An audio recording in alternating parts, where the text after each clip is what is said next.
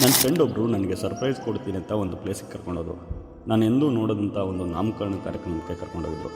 ಅದು ಬೇರೆ ಯಾವುದೂ ಅಲ್ಲ, ಗಜರಾಜನಿಗೆ ನಾಮಕರಣ ಮಾಡುವಂಥ ಒಂದು ಕಾರ್ಯಕ್ರಮ.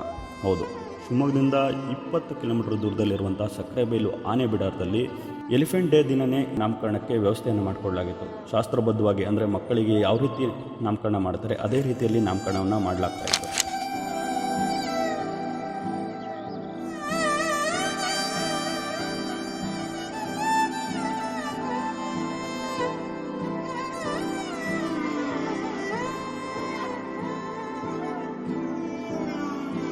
ಆನೆಗಳಂದ್ರೆ ತುಂಬ ಇಷ್ಟ ನನಗೆ.